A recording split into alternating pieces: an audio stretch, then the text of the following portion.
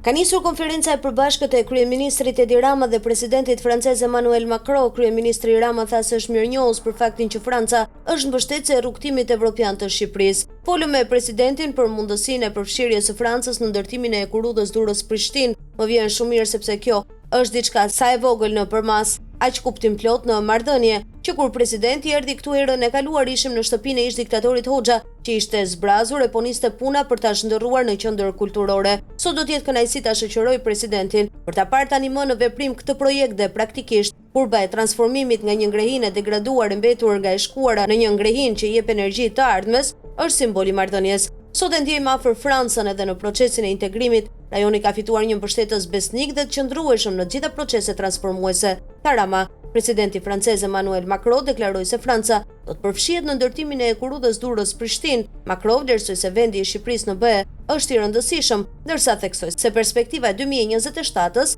është një realitet. Shqipëria tregon udhën në mënyrë të shkëlqyer, tha ai.